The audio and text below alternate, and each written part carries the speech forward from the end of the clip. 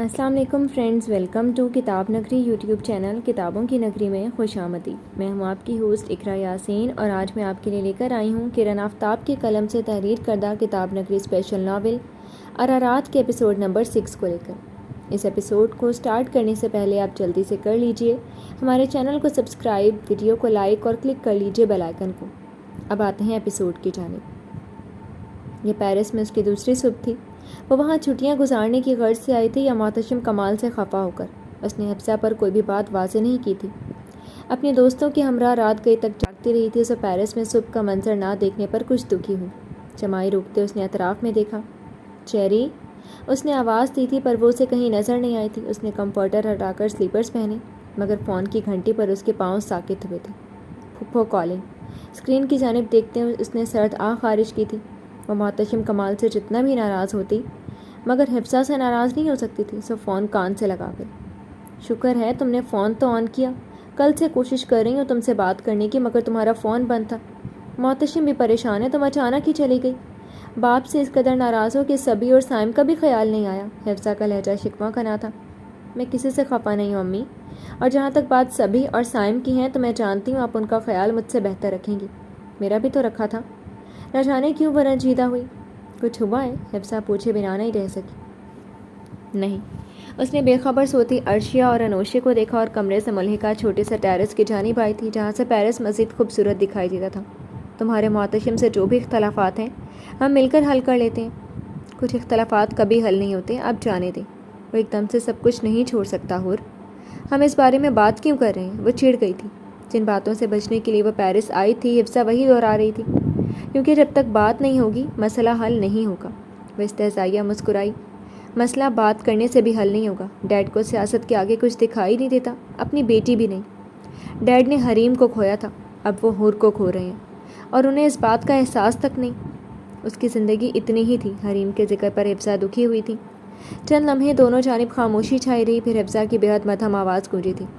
سبھی تمہیں بہت یاد کر رہی ہے اور میں بھی۔ انہوں نے بالواسطہ طور پر اسے واپس آنے کا کہا تھا۔ میں کچھ دن مزید یہاں رہنا چاہتی ہوں۔ اس کا لہجہ بیزار سا تھا جسے حفصہ نے بھی محسوس کیا تھا۔ تم ڈسٹرب لگ رہی ہو مجھے، کیا کوئی اور وجہ بھی ہے؟ نہیں۔ آنکھوں کے کنارے کچھ نم سے ہوئے تھے۔ وہ حفصہ کو ٹال رہی تھی مگر ٹال نہیں سکی تھی۔ کچھ تو ہوا ہے کیونکہ تمہارا لہجہ اور آواز تمہاری زبان کا ساتھ نہیں دے رہے۔ آج میں نے فریال اقبال کو دیکھا تھا، بہت خوش نظر آ رہی تھی اپنی فیملی کے ساتھ۔ لگتا ہے چھٹیاں گزارنے آئی ہیں یہاں، تو اس لیے افسردہ ہو؟ نہیں، یوں ہی بتا رہی ہوں آپ کو۔ اس نے کندھے جھٹک کر فون دوسرے ہاتھ میں منتقل کیا۔ تمہیں برا لگ رہا ہے نا؟ حفصہ نے جاننے کی کوشش کی۔ وہ معدوم سا مسکرائی، پھر گہری سانس اندر کھینچتے ہوئی گویا ہوئی۔ صرف صبر آنے کی دیر ہوتی ہے پھپھو۔ ایک بار جو صبر آ جائے تو پھر رویے اور انسان تکلیف نہیں دیتے۔ صبر بڑے سے بڑے زخم پر مرہم کا کام کرتا ہے۔ جب مرہم مل جائے تو درد کی شدت میں کمی آ جاتی ہے، تکلیف کی نوعیت بدل جاتی ہے۔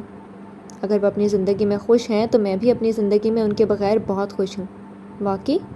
حفصہ نے یوں پوچھا جیسے یقین آیا ہو۔ اس کا سر اس بات میں ہلا، نگاہ آسمان پر جا کر ٹھہر گئی۔ ایک بات ان تک پہنچا دیں۔ کون سی بات؟ حفصہ کے لہجے میں حیرت تھی۔ ایسا پہلی بار ہوا تھا جب حور نے خود سے فریال کے لیے کوئی پیغام پہنچانے کے لیے کہا تھا۔ وہ زندگی میں پہلی بار فریال کے متعلق اتنی طویل گفتگو کر رہی تھی، ورنہ حفصہ کی لاکھ کوشش کے باوجود بھی فریال کے بارے میں کوئی بات نہیں کرتی تھی۔ حفصہ اکثر فریال کی فون کالز اور اس کی حور کے لیے محبت، اس سے ملنے کے لیے فریال کی بے چینی کا ذکر کرتی رہتی تھی جسے وہ ہوں ہاں ٹال دیتی تھی، اور حفصہ بے بسی سے آہ بھر کر رہ جاتی۔ مگر اب جب وہ پہلی بار فریال کی بات کر رہی تھی تو حفصہ اسے سننا چاہتی تھی۔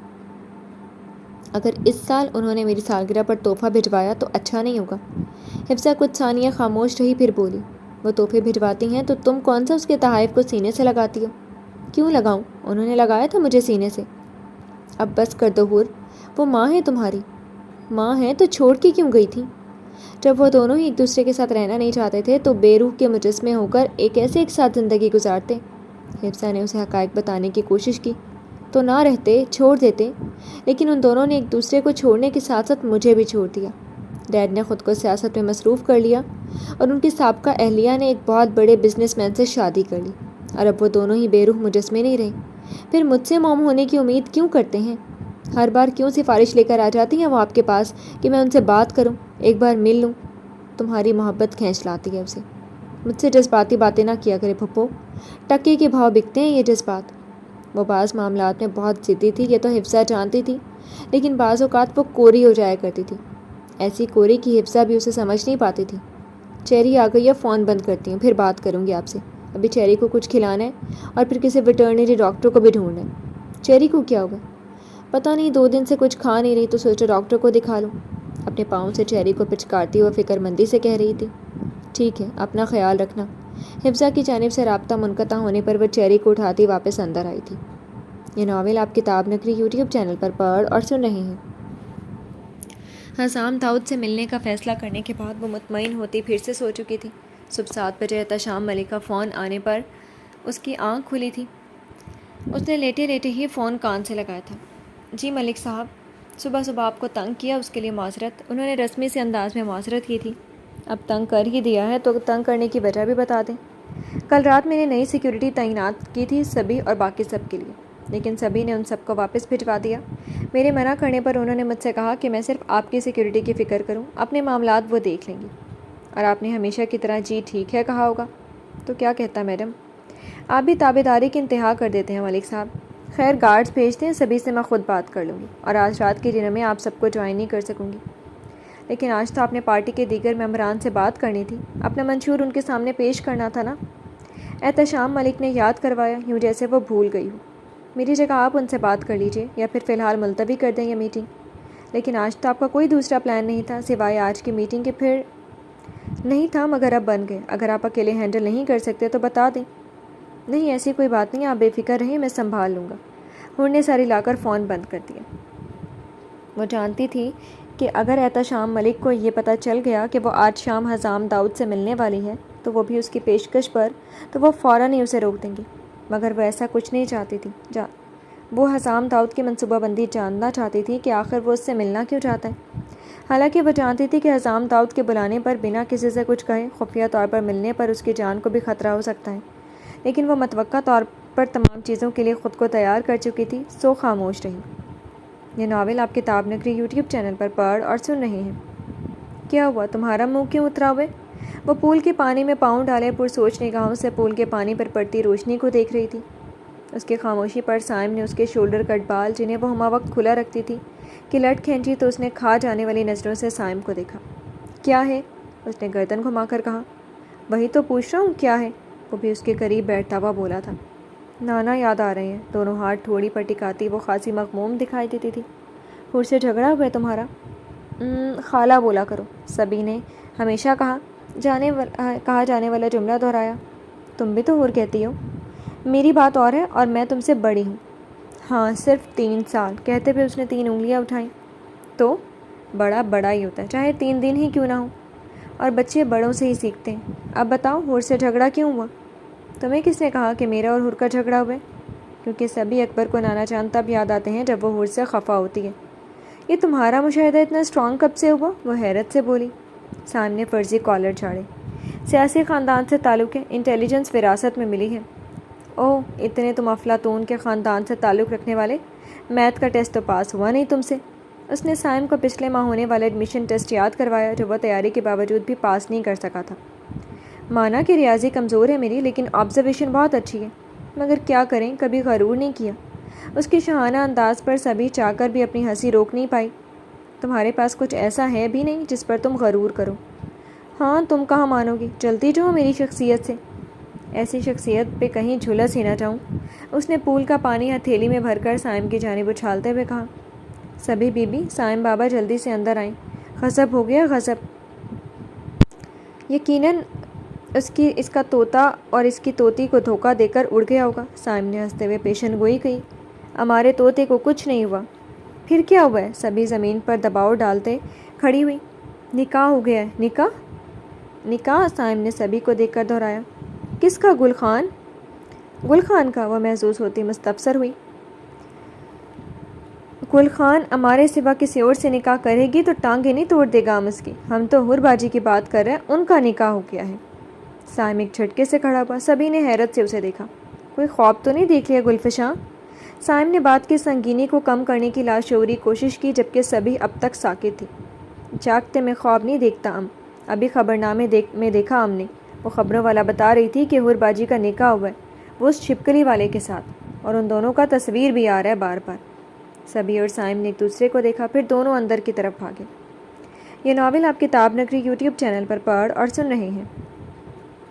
رائل بلو کرتا، کیپری، ہم رنگ دوپٹہ اور سفید نفیس ہیلز پاؤں میں پہنے وہ ڈیزاسٹر ہوٹل کے سامنے کھڑی تھی۔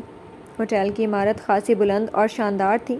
مغربی طرز کا انٹیریئر اور گلاس مرر کے اندر جلتی بجھتی روشنیاں عمارت کی خوبصورتی میں اضافہ کر رہی تھیں۔ انہوں نے نگاہ اٹھا کر اپنے اطراف میں دیکھا۔ وہ اس وقت وہاں کسی بھی طرح کی میڈیا گیدرنگ اور فارمل ٹاک نہیں چاہتی تھی، سو بنا رکے داخلے دروازہ عبور کر گئی۔ عمارت کی کشادگی کے سبب اسے 2 حصوں میں منقسم کیا گیا تھا، ایک طرف ریستوران جبکہ دوسری جانب ہوٹل کا اسٹے ایریا تھا۔ عمارت سے اندر آؤ تو سیاہ و سفید ماربل کا فرش اور فرشی رنگ سے مطابقت رکھتے صوفے جو کہ گولائی کی شکل میں تھے۔ سٹنگ ایریا کے بالکل سامنے ذرا فاصلے پر ریسیپشن تھا۔ شیشے کے بنے کاؤنٹر کے دوسری جانب سیاہ کوٹ میں ملبوس لڑکی اور دوسری طرف اسی ڈریس کوڈ میں موجود ایک لڑکا۔ اس نے ایک ہی نگاہ میں وہاں موجود ہر شے کا سرسری جائزہ لیا اور آگے بڑھی۔ اب اس کا رخ ریستوران کی جانب تھا۔ ایکسکیوز می میم، کیا آپ حزام داؤد کی گیسٹ ہیں؟ اس کی عقب سے انجانی صدا نے اسے رکنے پر مجبور کیا۔ وہ ہینڈ بیگ ایک کلائی سے دوسری میں منتقل کرتی پلٹی۔ سامنے استادہ شخص ہوٹل کا کوئی ورکر معلوم ہوتا تھا، جس کا اندازہ حور کو اس کے ڈریس کوڈ سے ہوا تھا۔ آپ سے کس نے کہا؟ وہ محتاط ہوئی تھی۔ حزام سر نے، وہ پر اعتماد لہجے میں بولی۔ جی، انہیں سے ملنے آئی ہوں۔ اوکے میم، اس نے کہہ کر دور کھڑے کسی شخص کو اشارہ کیا اور خود مسکرا کر آگے بڑھ گیا۔ حور نے دوسرے سمت دیکھا تو ہاتھ میں ٹرے تھامے ایک ویٹر اسی کی طرف بڑھ رہا تھا۔ آپ اس طرف آئیں۔ ویٹر نے پرائیویٹ ایریا کی جانب اشارہ کیا۔ حور نے چونک کر اسے دیکھا۔ پلیز میم، آپ کی ٹیبل وہاں ہے، ویٹر نے التجائیہ انداز میں کہا۔ ٹھیک ہے، چلو۔ ویٹر کے پیچھے چلتی گلاس ڈور عبور کرتے اس نے پہلی دفعہ شدت سے احساس ہوا کہ اسے حزام داؤد کے ایک پیغام پر وہاں نہیں آنا چاہیے تھا۔ ریستوران کا نجی ہال مکمل طور پر خالی تھا۔ مدھم دھنوں کے سنگ چاروں طرف جلتی موم بتیاں اور چھت پر نصب فینسی فانوس چاروں طرف راحت بخش روشنی بکھیر رہے تھے۔ ویٹر نے بے شمار گول میزوں کے وسط میں موجود ایک میز کی طرف اشارہ کیا۔ میڈم، آپ کی جگہ یہاں ہے۔ میز پر موجود تازہ للی کے پھولوں نے اسے پل بھر کے لیے ورطۂ حیرت میں مبتلا کیا تھا۔ وہ بنا کوئی تاثر دیے کرسی پر براجمان ہوئی، لاشعوری طور پر بالوں کے کرلز کو ہاتھوں سے درست کرتے ہی گردن اونچی کر کے ویٹر کی جانب دیکھا۔ مسٹر حزام داؤد کہاں ہیں؟ ویٹر نے بنا کچھ کہے اس کی جانب مسکراہٹ اچھالتا آگے بڑھ گیا۔ حور نے تیوری چڑھائے اس کی پشت کو گھورا تھا۔ یہ مسٹر حزام کون سی ہارر مووی کی ریہرسل کر رہے ہیں؟ بات کرنی ہے تو سامنے آئیں، اتنا فارمل کیوں ہو رہے ہیں؟ یوں جیسے میں ان کی اصلیت سے ناواقف ہوں۔ کلائی میں موجود بریسلٹ پر ایچ کے حروف پر انگلی پھیرتی وہ پرسوچ نگاہوں سے لیلیز کو تک رہی تھی۔ جب اچانک اس کی نگاہ لیلی کے بینچ میں ان کے ایک گلابی نوٹ پر ٹھہر گئی۔ روم نمبر 404، رومز کی طرف آؤ۔ اس نے اچھمبے سے نوٹ میں لکھا جانے والا پیغام پڑھا۔ مسٹر حزام داؤد مجھ سے ملنا چاہتے تھے۔ یہ بات اتنی معمولی نہیں، اور اب جب وہ مجھ سے ریستوران میں ملنے کی بجائے رومز کی طرف آنے کا کہہ رہے ہیں، اٹس اسٹرینج۔ اب کہ اسے معاملے کی سنگینی کا شدت سے احساس ہوا تھا۔ حزام داؤد کا پیغام میں اسے ملنے کے لیے بلانا بے حد غیر معمولی تھا۔ اتنا تو جانتی تھی، اور یہ بھی کہ حزام داؤد سے ملاقات اسے کسی بہت بڑی پریشانی میں مبتلا کر سکتی ہے۔ اس سب کے باوجود تاحال وہ حزام داؤد کے پہیلیاں سمجھنے سے قاصر تھی۔ جانا چاہیے یا نہیں؟ سانس اندر کھینچ کر اس نے خود سے سوال کیا۔ اس سے پہلے کہ وہ اپنی نشست چھوڑتی وہیں ویٹر اس کے میز کے قریب آتا دکھائی دیا۔ حور نے نگاہوں کا زاویہ تبدیل کیا۔ ویٹر نے ٹیشو میں لپٹا ایک کاغذ جو اس کے گلاس کے ساتھ اس کے سامنے رکھا۔ سفید ٹیشو کے کونے پر سرخ روشنائی سے پلیز اوپن اٹ لکھا تھا۔ حور نے تاخیر کیے بنا ہی ٹیشو سے کاغذ نکالا۔ آپ اتنا وقت کیوں لگا رہی ہیں؟ میں جانتا ہوں آپ سوچ رہی ہوں گی کہ میں نے آپ کو رومز کی طرف کیوں بلایا ہے، جبکہ ہم پبلک یا فیملی ایریا میں بھی مل سکتے تھے۔ وجہ صرف اتنی ہے کہ میں نہیں چاہتا پبلک ایریا میں کوئی ہمیں ایک ساتھ دیکھے یا ہوٹل کا سٹاف کسی قسم کی کوئی رائے قائم کرے، اور سب سے بڑھ کر میں میڈیا کے انوالومنٹ قطعاً نہیں چاہتا۔ یقیناً آپ کے لیے ایک سیاسی حریف پر اعتبار کرنا مشکل امر ہے، مگر سیاست میں بہت کچھ برداشت کرنا پڑتا ہے۔ یہاں بہت سی انہونیاں ہوتی ہیں۔ میں امید کرتا ہوں آپ میری بات کو سمجھیں گی۔ حزام داؤد مجھ سے آخر ایسا کہنا کیا چاہتے ہیں جو اس قدر رازداری بڑھتی جا رہی ہے؟ پولیٹیکل ٹاک تو پارٹی کے باقی ارکان کے سامنے بھی کی جا سکتی تھی، پھر کہیں وہ آخری کیمپین سے پہلے کسی درمیانی راہ کی تلاش میں تو نہیں؟ تحریر پڑھنے کے بعد اس کے ذہن میں آنے والا پہلا خیال یہی تھا۔ بات تو سمجھ رہی ہوں حسام داؤد، مگر مجھے تم پر 1% بھی اعتبار نہیں، لیکن جب یہاں تک آ ہی گئی ہوں تو دیکھ لیتے ہیں سفید پھولوں کی آڑ میں تم کون سی دشمنی نبھانے چلے ہو۔ اس نے نشست چھوڑی تھی اور جاتے جاتے پلٹ کر لیلیز کو دیکھا۔ I don't believe in Husam Dawood but I really like lilies۔ یہ ناول آپ کتاب نگری یوٹیوب چینل پر پڑھ اور سن رہے ہیں۔ جی ہاں ناظرین، جتنے حیران آپ ہیں اتنے ہی پریشان ہم بھی ہیں۔ 2 سیاسی حریف ایک ساتھ۔ تاریخ میں ایسا پہلی بار ہوا ہے کہ 2 سیاستدانوں نے ایک دوسرے سے نکاح کیا ہو۔ جی ہاں، آپ بالکل صحیح سن رہے ہیں، میں کسی اور کی نہیں بلکہ حسام داؤد اور حور محتشم کی بات کر رہا ہوں۔ کل تک جو دشمن تھے آج ہم سفر ہو گئے۔ وہ کہتے ہیں نا کہ دشمنی جم کر کرو لیکن یہ گنجائش رہے جب کبھی ہم دوست ہو جائیں تو شرمندہ نہ ہوں۔ یہ نکاح کوئی معمولی بات نہیں، اور حیران کن بات یہ ہے کہ کل تک جو ایک دوسرے کو دیکھنا پسند نہیں کرتے، انہوں نے ایک دوسرے کا ساتھ نبھانے کا عہد کیسے کر لیا؟ کیا حور محتشم اور حسام داؤد اب تک میڈیا اور عوام کو بیوقوف بناتے رہے؟ کیا ان دونوں نے اس نکاح کو میڈیا اور عوام کے علاوہ اپنے خاندان سے بھی خفیہ رکھا؟ یا یہ کوئی نئی سیاسی چال ہے؟ ایسے بہت سے سوال ہیں جو عوام کو پریشان کر رہے ہوں گے۔ اینکر مسلسل بول رہا تھا جبکہ ساتھ ہی اسکرین پر چلتی حسام اور حور کی تصاویر 2 مختلف زاویوں سے پیش کی جا رہی تھی۔ ایک طرف وہ دونوں ایک دوسرے کو خونخوار نگاہوں سے تک رہے تھے، دونوں کی تصاویر کے مابین درار تھی، تو دوسری طرف وہ مسکراتی نگاہوں سے ایک دوسرے کی جانب دیکھ رہے تھے۔ 2 سیاسی حریفوں کے نکاح نے نہ صرف ہمارے ملک مگر دیگر ممالک کو بھی حیران کر دیا ہے۔ حور محتشم اور حسام داؤد کے نکاح کی خبروں نے ملک بھر میں تہلکہ مچا دیا ہے۔ اب سوال یہ بھی اٹھتا ہے ناظرین کہ اگر یہ دونوں پہلے ہی ایسا چاہتے تھے تو دشمنی کا دکھاوا کیوں کیا؟ ان تمام سوالات کے جواب تو دینا ہوں گے۔ حور محتشم اور حسام داؤد کے نکاح سے متعلق مزید اپڈیٹ کے لیے ہمارے ساتھ جڑے رہیے۔ نیوز اینکر نے پیشہ ورانہ انداز میں سنسنی پھیلائی تھی۔ ان کا نکاح کب ہوا؟ کہاں اور کیسے؟ سائم نے ساکت بیٹھی سبھی کو ٹہوکا دیا۔ سبھی؟ سائم نے جھنجھوڑا تھا۔ ہاں، سکتہ ٹوٹا تھا۔ یہ حور کے نکاح کی بات کر رہے ہیں نا؟ اس نے انگلی اٹھا کر اسکرین کی طرف اشارہ کر کے تصدیق چاہی جیسے وہ کوئی برا خواب دیکھ رہی ہو۔ صحیح سن رہی ہو، حور کا نکاح، وہ بھی حسام داؤد کے ساتھ۔ اس نے حسام کے نام پر زور دیا۔ حور کے نکاح کیسے کر سکتی ہیں؟ نہیں مطلب کیسے؟ جو کچھ وہ سن اور دیکھ رہی تھی اس کی سمجھ سے بالا تر تھا۔ حور کا نکاح چھمبے کی بات نہیں، پریشانی یہ ہے کہ ان کا نکاح حسام داؤد سے ہوا ہے۔ سائم نے نفی میں گردن ہلاتے افسوس سے کہا۔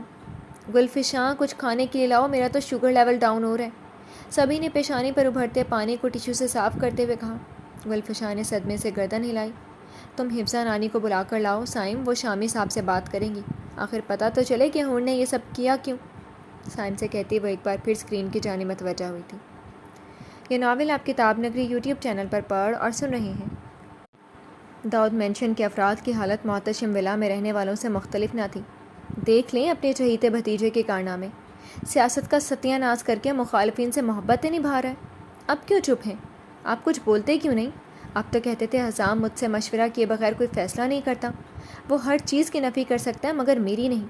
پھر اب یہ نکاح، یہ خبریں، کیا ہے یہ سب؟ یہ نکاح بھی اس نے آپ سے پوچھ کر کیا ہے؟ برہان داؤد کا بس چلتا تو ہر شے کو تہس نہس کر دیتا۔ آخر ایسا کیا کر دیا چاچو نے جو آپ اتنے ہائپر ہو رہے ہیں؟ ایک نکاح ہی تو کیا ہے۔ تمہیں درمیان میں بولنے کی اجازت کس نے دی؟ ہمارے معاملات سے دور رہو۔ جاذب کی مداخلت نے برہان کے زخموں پر نمک کا کام کیا تھا۔ میں آپ کے نہیں، حسام چاچو کے معاملے میں مداخلت کر رہا ہوں۔ ویسے بھی ابھی تک جو دکھایا جا رہا ہے وہ سب میڈیا کے توسط سے ہم تک پہنچ رہا ہے۔ حسام چاچو نے اب تک براہ راست کوئی بیان نہیں دیا، میڈیا نے بھی انہی کے لفظوں کو کوٹ کیا ہے۔ تم نے نہیں دیکھا وہ دونوں کیسے ایک دوسرے کو دیکھ کر مسکرا رہے تھے؟ برہان داؤد نے برہمی سے کہا، جبکہ بہرام داؤد اب تک خاموشی اختیار کیے ہوئے تھے۔ آپ تمام نتائج خود سے اخذ کیوں کر رہے ہیں؟ ایک بار چاچو کو واپس تو آ جانے دیں۔ جاذب تم جاؤ یہاں سے۔ بہرام داؤد کا لہجہ حکمیہ تھا اور جاذب کو نہ چاہتے ہوئے بھی اپنی جگہ چھوڑنی پڑی تھی۔ رئیس کو اندر بلواؤ۔ اب کہ وہ برہان داؤد کی جانب دیکھتے مستفسر ہوئے تھے۔ رئیس کیا کر لے گا؟ جو کچھ آپ کے لاڈلے نے کرنا تھا وہ کر چکا ہے۔ میں نے کہا رئیس کو بلواؤ۔ بنا دھاڑ کے وہ قدرے اونچی آواز میں بولے تھے۔ برہان داؤد نے دانت بھینچے۔ آپ مانیں یا نہ مانیں مگر حسام داؤد ہمیں خساروں کی دلدل میں دھکیل چکا ہے۔ بہرام داؤد نے دکھتے سر کو غیر محسوس انداز میں تھاما تھا۔ یہ ناول آپ کتاب نگری یوٹیوب چینل پر پڑھ اور سن رہے ہیں۔ لابی عبور کرتی وہ رومز کی طرف آئی تھی۔ دونوں اطراف میں کمروں کے دروازوں پر چسپاں روم نمبر دیکھتی وہ کمرہ نمبر 404 تلاش کر رہی تھی۔ بالآخر بائیں جانب آخری کمرے پر اسے 404 کے نمبرز دکھائی دیے تھے۔ حزام داؤد نے روم نمبر بھی اپنی شخصیت کے عین مطابق چوز کیا تھا، 420۔ نمبرز پر نگاہ ڈالتے اس نے دروازے پر دستک دی اور ساتھ دروازے کا نوب گھمایا جو اس کی توقع کے برخلاف کھلتا چلا گیا۔ یہ عجوبہ نمبر 420 تو بہت ہی فاسٹ جا رہے ہیں، دروازہ لاک ہی نہیں کیا۔ وہ دروازہ کھولتی اندر داخل ہوئی، اس کے پیچھے کسی نے بے حد محتاط طریقے سے دروازہ بند کرتے ہی لاک کیا تھا۔ چھوٹی راہداری عبور کرتی وہ جیسے ہی آگے بڑھی تو اندر کا منظر دیکھ کر ششدر رہ گئی تھی۔ کمرے کی حالت دیکھ کر اس کے قدم وہیں تھم گئے۔ بالوں کو ایک ہاتھ سے پیچھے کرتی وہ مشکوک انداز میں آنکھیں چندھی کی ایک کمرے کی ایک چیز کو دیکھی گئی، اور اس لمحے حر محتشم کو حزام داؤد کی ذہنی حالت پر شک گزرا تھا۔ یہ کیا تماشا لگایا مسٹر حزام نے؟ غصے سے سوچتے وہ متلاشی نگاہوں سے حزام کو دیکھنے لگی جو تمام منظر میں اسے کہیں دکھائی نہیں دیا تھا۔ مسٹر حزام داؤد کہاں ہیں آپ؟ اب کی بار وہ کہتی ایک قدم آگے بڑھا گئی تھی۔ مسٹر حزام بس بہت ہوا، آپ سامنے آ رہے ہیں یا میں یہاں سے چلی جاؤں؟ پھولوں کی پتیوں پر چلتی وہ کمرے کے وسط تک پہنچ چکی تھی۔ مسٹر حزام، غصے کے باعث آواز قدرے اونچی ہوئی تھی۔ بولتے ہوئے اس نے 2 قدم پیچھے لیے تھے، تبھی کشادہ بیڈ کے دوسری طرف اسے سیاہ جوتا دکھائی دیا تو سرعت سے آگے بڑھی۔ کارپیٹ پر نیم بے ہوشی کی حالت میں گرے شخص کو دیکھ کر پل بھر کے لیے ٹھٹکی ضرور تھی مگر خوفزدہ نہیں ہوئی تھی۔ چند لمحے وہ یوں ہی کھڑی کارپیٹ پر پڑے حزام داؤد کو دیکھتی رہی، پھر آہستگی سے چلتی سنگل سیٹر صوفے پر جا بیٹھی۔ مسٹر داؤد، اگر آپ کوئی ڈرامہ کر رہے ہیں تو اٹھ جائیں، کیونکہ میں آپ کے ڈرامے سے رتی برابر بھی متاثر نہیں ہوں، اور اگر آپ مجھے الیکشن کے نازک دنوں میں پھنسانے کی کوشش کر رہے ہیں تو ایک بات یاد رکھیں، اس بار آپ کا واسطہ محتشم کمال سے نہیں، حر محتشم سے ہے۔ حزام داؤد کا وجود ساکت رہا۔ مسٹر حزام، اس کے وجود میں کوئی جنبش نہ پا کر وہ جھٹکے سے اٹھی اور سائڈ ٹیبل پر پڑا سافٹ ڈرنک کا گلاس اس کے چہرے پر انڈیل دیا۔ حزام نے سختی سے آنکھیں بند کی اور گہری سانس کھینچی۔ اب وہ گھٹنوں کے بل پر کارپیٹ پر قدرے فاصلے پر بیٹھ رہی تھی۔ کچھ سیکنڈ اس کی بھینچی آنکھوں کو دیکھنے کے بعد اپنا ہاتھ اس کے چہرے کے قریب لا کر چٹکی بجائی۔ مسٹر حزام، بند آنکھوں کی پتلیوں میں حرکت ہوئی۔ سن دماغ نے جانی پہچانی آواز کی کھوج لگانے کی صحیح کی۔ حزام داؤد، آنکھیں۔ دماغ بیدار ہوا تھا، اس نے جھٹ سے آنکھیں کھولی اور حر محتشم کو انجانی نگاہوں سے دیکھنے لگا جسے کچھ سمجھنے کی صحیح کر رہا ہوں۔ ایسے کیوں دیکھ رہے ہیں مسٹر حزام؟ اب ڈرامہ ختم کریں اپنا اور مجھے یہاں بلانے کا اپنا مقصد واضح کریں۔ اب کہ اس نے حر کے چہرے سے نگاہ ہٹا کر اطراف کا جائزہ لیا اور اپنے ارد گرد کا منظر دیکھ کر حقیقتاً اس کی آنکھیں کھلی کی کھلی رہ گئیں۔ وہ ہڑبڑا کے اٹھا تھا، حر کو یکدم پیچھے ہونا پڑا۔ کھڑے ہوتے ہی اس کا سر بری طرح چکرایا تھا، وہ سر تھامے بیڈ پر بیٹھ گیا۔ یہ سب کیا تماشا ہے اور میں یہاں کیسے؟ انفیکٹ آپ یہاں کیوں ہیں؟ سر میں اٹھتی ٹیسوں کے باوجود بھی اس کا غصہ عروج پر تھا، مگر طبیعت کی ناسازی کے باعث آواز کچھ مدھم تھی۔ امیزنگ، داد دینی پڑے گی مسٹر حزام داؤد، ویل ڈن، کتنے اچھے اداکار ہیں آپ۔ میں تو کہتی ہوں سیاست کو چھوڑیں اور اداکاری شروع کر دیں، باپ یا بڑے بھائی کا رول بآسانی مل جائے گا آپ کو۔ حزام نے بھویں سکیڑ کر غصے سے اسے دیکھا تھا جب صوفے پر بیٹھ رہی تھی۔ بس بہت ہوا، وہ یکدم کھڑا ہوا تھا۔ بہت سن لیا اور بہت برداشت کر لیا، اب بس۔ اس نے ہاتھ کھڑا کر کے تنبیہ کی۔ فشار خون بڑھا تو وہ ایک بار پھر لڑکھڑایا۔ بیٹھ جائیں مسٹر حزام، بیٹھ جائیں، کہیں ایسا نہ ہو پھر سے زمین بوس ہو جائے۔ وہ تحمل سے کہتی اس کے درد سر میں اضافہ کر گئی تھی۔ جی تو فرینڈز، کیسے لگے آپ کو آج کے ایپیسوڈ؟ کمنٹ سیکشن میں ضرور بتائیے گا۔ پھر حاضر ہوں گے ناول کے نیکسٹ ایپیسوڈ کے ساتھ، تب تک کے لیے اجازت دیجیے۔ شکریہ، اللہ حافظ۔